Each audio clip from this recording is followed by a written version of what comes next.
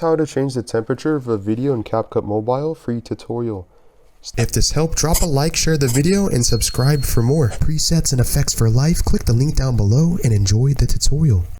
1. Click and select your video clip as it's highlighted. The step is to scroll down and scroll to the right. 2. You see the option Adjust next to Video Quality and Auto Reframe.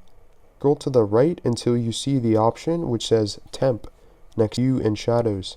Drag this to the left, notice it's turning color blue. Drag this to the right, notice it's turning color orange. In case, I'm going to add a keyframe by dragging this to the left and click this diamond icon right here. Add a keyframe to our video timeline. Check mark, scroll to the right, keyframe.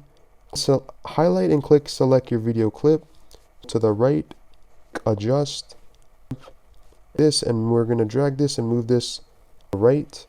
And check mark, basically adding from winter, adjusting to a summer look, completely for free temperature.